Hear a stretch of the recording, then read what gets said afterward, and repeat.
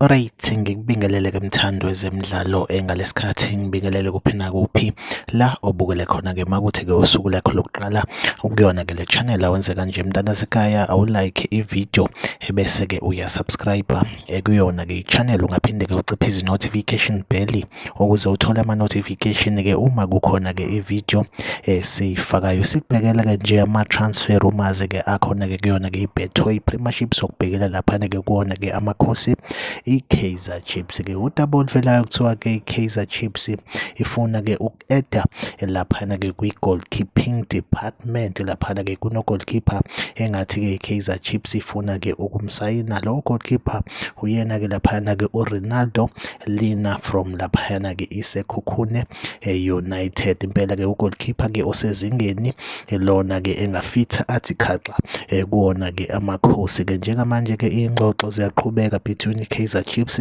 kanjalo-ke ne-agent yakhe laphana-ke uRonaldo lena wayo-ke laphana-ke iSekhukhune United. Impela-ke iyona update-ke iphethe-ke njengamanje. Like ivideo usubscribe kuyona-ke i-channel. Mina nawe asihlangabezane kwivideo elandelayo. Nisale kahle.